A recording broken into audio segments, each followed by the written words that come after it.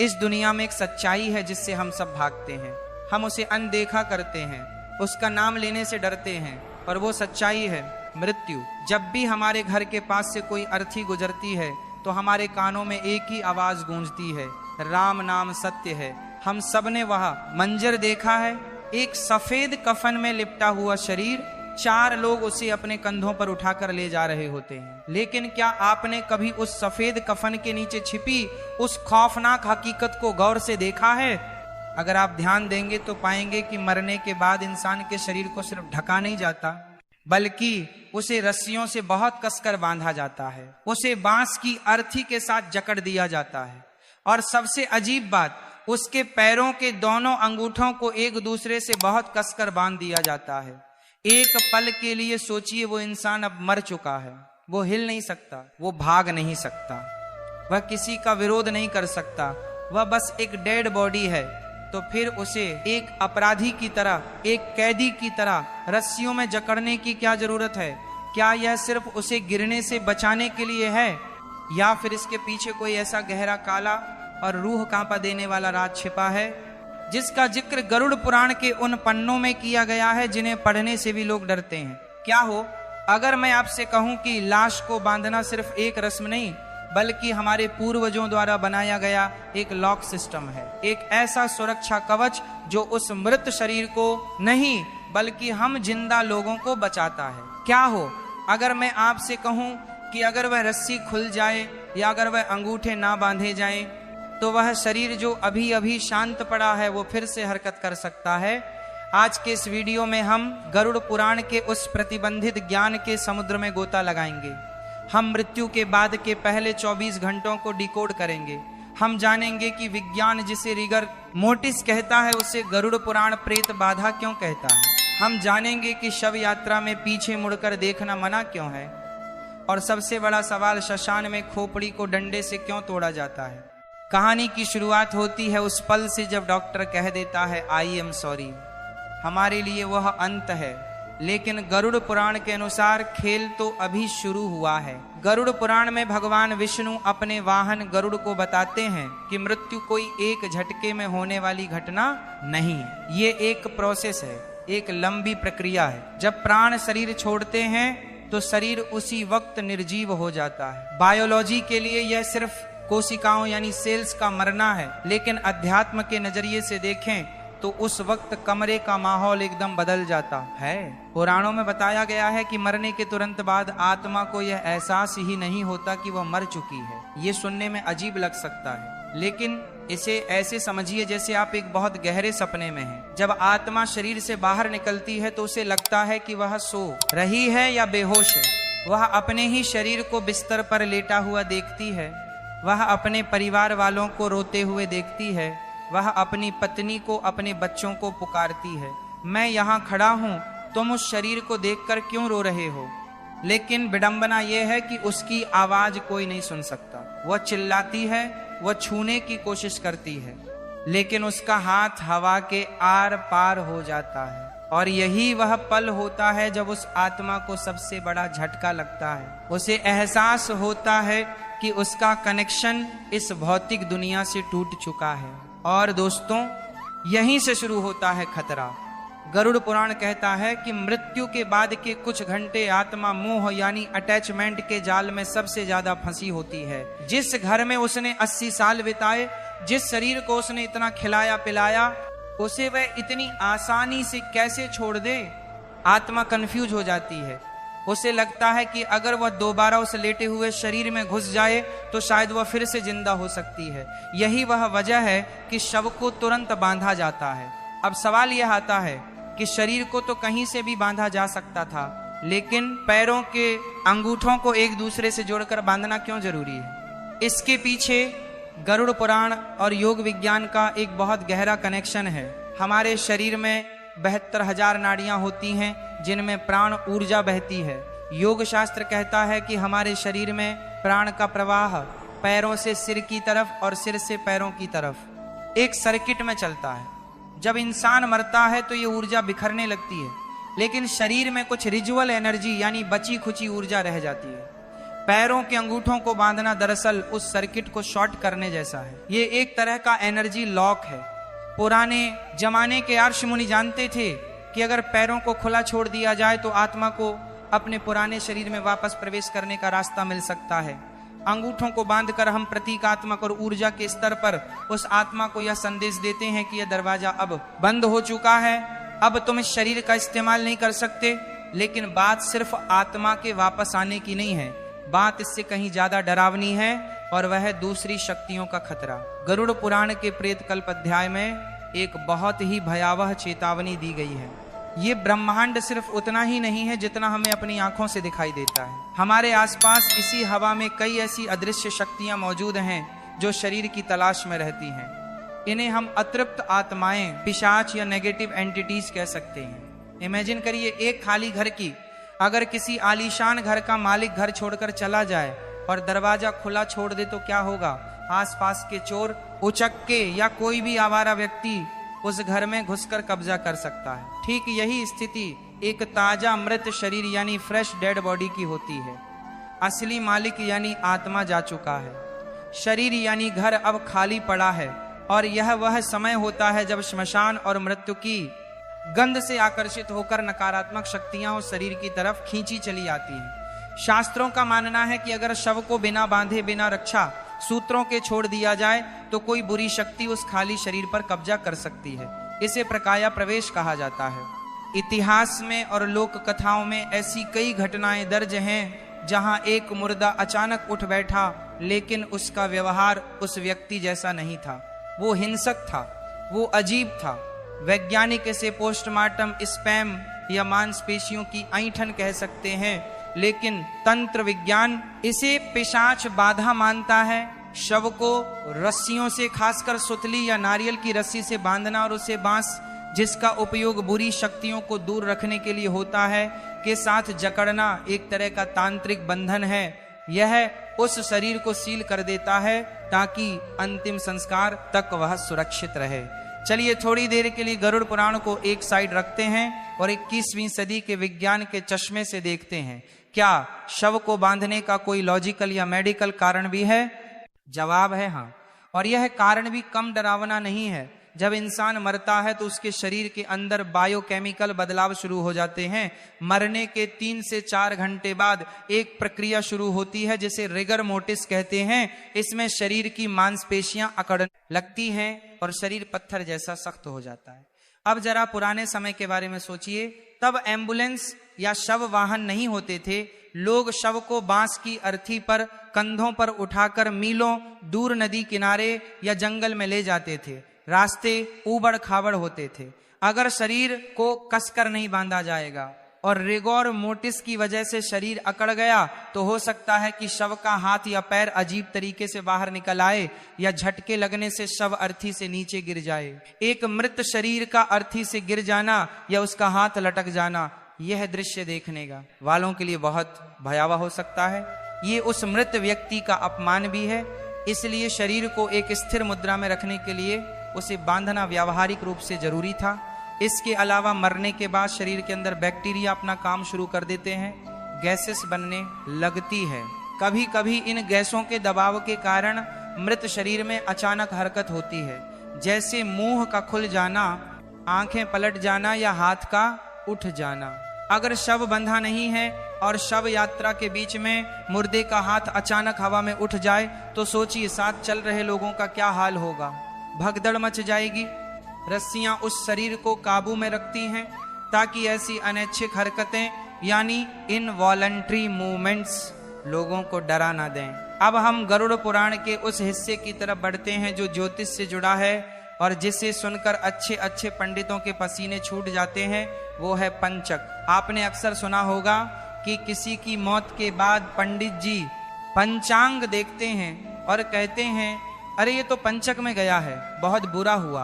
आखिर ये पंचक है क्या, और इसमें शव को बांधने का नियम और भी सख्त क्यों हो जाता है? ज्योतिष शास्त्र के अनुसार जब चंद्रमा कुंभ और मीन राशि में होता है तो उस समय को पंचक कहा जाता है। धनिष्ठा, शतभिषा, पूर्व भाद्रपद, उत्तरा भाद्रपद और रेवती, ये 5 नक्षत्र बहुत संवेदनशील माने जाते हैं। गरुड़ पुराण कहता है कि अगर किसी की मृत्यु पंचक काल में हुई है और उसका अंतिम संस्कार बिना विशेष निवारण पूजा के कर दिया गया तो वह अकेला नहीं जाता, वह अपने साथ परिवार या खानदान के 5 और सदस्यों को ले जाता है। ये अंधविश्वास लग सकता है, लेकिन जिस तरह से इसे फॉलो किया जाता है वह बहुत रोंगटे खड़े करने वाला है। पंचक में मरने वाले के शव के साथ आटे, बेसन या कुश यानी सूखी घास के 5 पुतले बनाए जाते हैं। इन पुतलों को भी उसी तरह कफन पहनाया जाता है, उसी तरह रस्सियों से बांधा जाता है जैसे असली शव को, और फिर श्मशान में असली शव के साथ उन 5 पुतलों का भी दाह संस्कार किया जाता है। यह एक तरह का डॉय या डिकॉय सिस्टम है। हम यमराज या मृत्यु की ऊर्जा को धोखा देते हैं कि देखो 5 लोग मर चुके हैं, अब और किसी को मत लेना। अगर शव को ठीक से ना बांधा जाए या यह रस्म ना की जाए तो माना जाता है कि उस घर में अगले 2 साल के अंदर 5 मौतें होने की संभावना बन जाती है। शव को तैयार करते वक्त एक और चीज पर बहुत ध्यान दिया जाता है और वह है दिशा।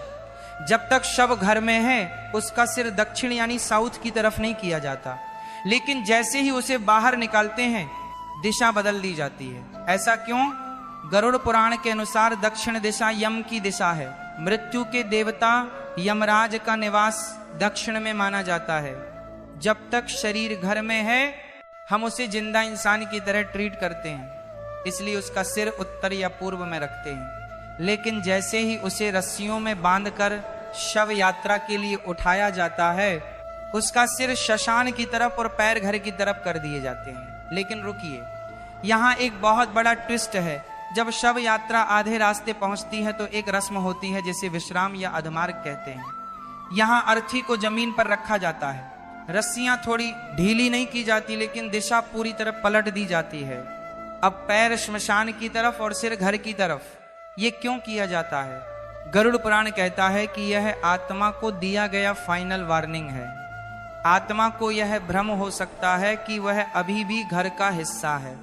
दिशा परिवर्तन करके उसे बताया जाता है कि देखो तुम्हारा घर पीछे छूट गया है, अब तुम्हारी मंजिल आगे है शशान की तरफ। यह उस आत्मा के मोह को तोड़ने की एक मनोवैज्ञानिक और आध्यात्मिक प्रक्रिया है।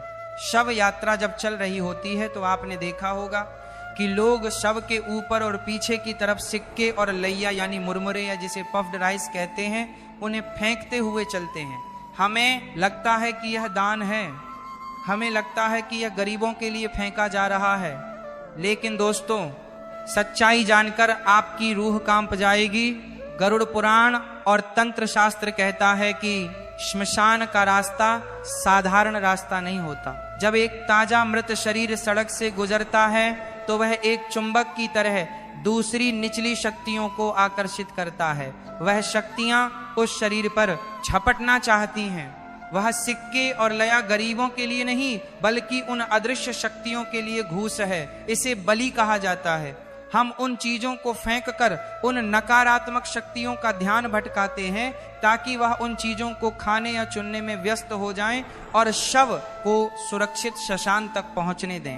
ये तरह का डिस्ट्रैक्शन मैकेनिज्म है। अब दृश्य बदलता है। शव श्मशान घाट पहुंच चुका है, चिता तैयार है, लकड़ियां सज चुकी हैं, शव को चिता पर लिटाया जाता है और ठीक इसी वक्त एक बहुत ही महत्वपूर्ण काम किया जाता है। जिन रस्सियों से, जिन गांठों से शरीर को पिछले 4 से 5 घंटों से जकड़ कर रखा गया था उन्हें अब काट दिया जाता है। शरीर को सभी बंधनों से मुक्त कर दिया जाता है। अब आप पूछेंगे कि अगर बांधना इतना जरूरी था तो अब खोल क्यों दिया? यही गरुड़ पुराण का सार है। श्मशान भूमि को भगवान शिव का क्षेत्र माना जाता है। महाश्मशान यहाँ पहुंचने के बाद शरीर अब पंचतत्व यानी आग, पानी, मिट्टी, हवा, आकाश में विलीन होने के लिए तैयार है। गरुड़ पुराण स्पष्ट रूप से कहता है कि अग्नि संस्कार के समय जीव पर कोई बंधन नहीं होना चाहिए।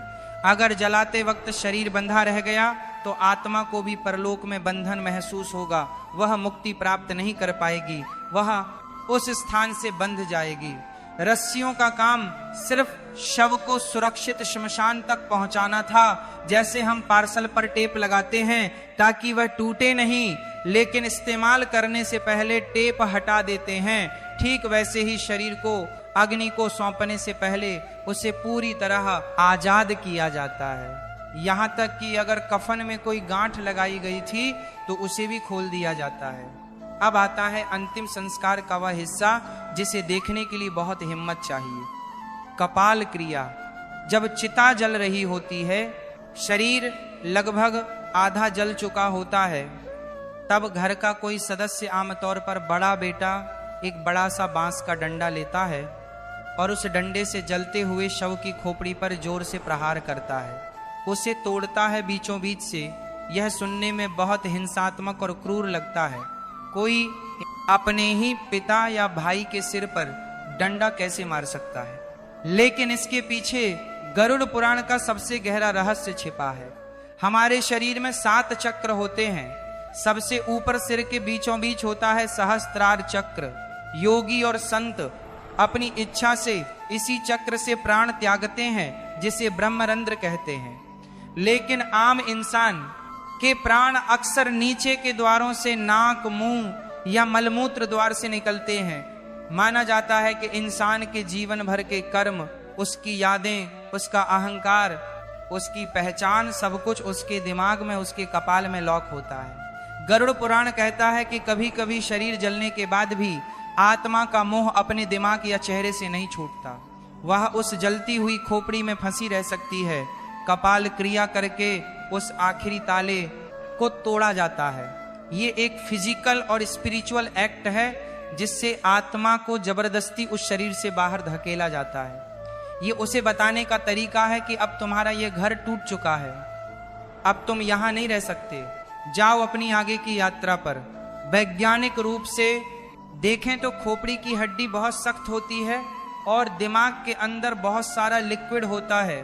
आग की गर्मी से अंदर भाप बनती है और प्रेशर कुकर जैसी स्थिति बन जाती है। अगर खोपड़ी को तोड़ा ना जाए तो वह बम की तरह फट सकती है और जलते हुए अंगारे चारों तरफ बिखर सकते हैं। इसीलिए कपाल क्रिया एक सेफ्टी वाल्व का काम भी करती है। अंतिम संस्कार खत्म हो गया, हम घर आ गए, लेकिन क्या कहानी खत्म हो गई? नहीं, गरुड़ पुराण के अनुसार असली सफर तो अब शुरू होता है। वो जो रस्सी हमने श्मशान में खोली थी, उसका कनेक्शन अगले 13 दिनों तक चलता है। गरुड़ पुराण कहता है कि शरीर जलने के बाद आत्मा के पास कोई शरीर नहीं होता। वह वायवीय रूप में नग्न अवस्था में भूख और प्यास से तड़प रही होती है। वो शमशान में ही भटकती है। अगले 10 दिनों तक जो पिंडदान, चावल और जौ के गोले दिया जाता है, वह दरअसल उस आत्मा के लिए एक नया शरीर बनाने की प्रक्रिया है। पहले दिन के पिंड से सिर बनता है, दूसरे दिन से गर्दन और कंधे, इसी तरह 10वें दिन तक आत्मा को एक नया सूक्ष्म शरीर मिलता है जो सिर्फ अंगूठे के आकार का होता है। ध्यान दीजिए, हमने शुरुआत में अंगूठे बांधे थे और अंत में आत्मा को जो शरीर मिलता है वह भी अंगूठे के आकार का होता है। ये सब जुड़ा हुआ है। 13वें दिन जब 13वें की रस्म होती है, तब माना जाता है कि वह आत्मा अब अपने पूर्वजों की दुनिया, जिसे हम पितृक कहते हैं, उसमें जाने के लिए तैयार है। और तब जाकर हम कहते हैं कि अब वह पूरी तरह से मुक्त है। दोस्तों, हम 21वीं सदी में जी रहे हैं। हमारे पास सुपर कंप्यूटर हैं, हम मंगल ग्रह पर जाने की बात कर रहे हैं। ऐसे में यह रस्सियां, यह बांस, ये कपाल क्रिया हमें अंधविश्वास लग सकते हैं। हमें लग सकता है कि ये सब डराने के तरीके हैं, लेकिन अगर आप थोड़ा गहराई में सोचें तो हमारे पूर्वज बहुत बड़े साइकोलॉजिस्ट थे। वह जानते थे कि मौत का सामना करना इंसान के लिए सबसे मुश्किल काम है। एक लाश को अपने सामने देखना, जिससे आप कल तक बात कर रहे थे, यह दिमाग को शून्य कर देता है। ये सारे नियम, शव को बांधना, मंत्र पढ़ना, दिशा बदलना, कपाल क्रिया करना, ये सब हमें उस दुख की घड़ी में व्यस्त रखने के तरीके हैं। ये हमें अनुशासन देते हैं, ये हमें डरने से बचाते हैं। अगर शव को खुला छोड़ दिया जाता और वह गैस के कारण थोड़ा सा हिल जाता तो शायद उस डर से परिवार के लोग कभी उभर नहीं पाते। रस्सियों ने उस डर को बांध कर रखा। गरुड़ पुराण सिर्फ नरक का डर दिखाने वाली किताब नहीं है, यह मरणोपरांत मनोविज्ञान यानी पोस्ट डेथ साइकोलॉजी की किताब है। यह हमें स्वीकार करना सिखाती है। यह बताती है कि शरीर एक किराए का मकान था जिसे खाली करने के बाद ताला लगाना जरूरी है ताकि कोई और कब्जा ना कर ले। तो अगली बार दुर्भाग्य से ही सही, अगर आपको कोई शव यात्रा दिखे और आप उस सफेद कफन पर बंधी रस्सियों को देखें तो डरिएगा मत, बल्कि यह समझिएगा कि वह रस्सियां उस आत्मा की गुलामी नहीं बल्कि उसकी आजादी की पहली सीढ़ी है। वो रस्सियां इस बात का सबूत हैं कि जो आया है उसे जाना होगा और जाने के लिए मोह के धागों को तोड़ना होगा, लेकिन शरीर के धागों को बांधना होगा। जीवन अनमोल है, इसे हंस कर जिए, क्योंकि अंत में हम सबको उसी बांस की अर्थी पर जाना है। उन्हीं रस्सियों में बंध कर फर्क सिर्फ इतना है कि किसी के लिए लोग रोएंगे और किसी के लिए लोग कहेंगे अच्छा हुआ चला गया। फैसला आपको करना है कि आप अपनी जिंदगी की स्क्रिप्ट कैसे लिखते हैं। उम्मीद है गरुड़ पुराण और मृत्यु के रहस्यों पर ये डीप ड्राइव आपको पसंद आया होगा। क्या आप जानते हैं कि मरने के बाद 13 दिन तक घर में गरुड़ पुराण का पाठ क्यों होता है, या वैतरणी नदी का असली सच क्या है?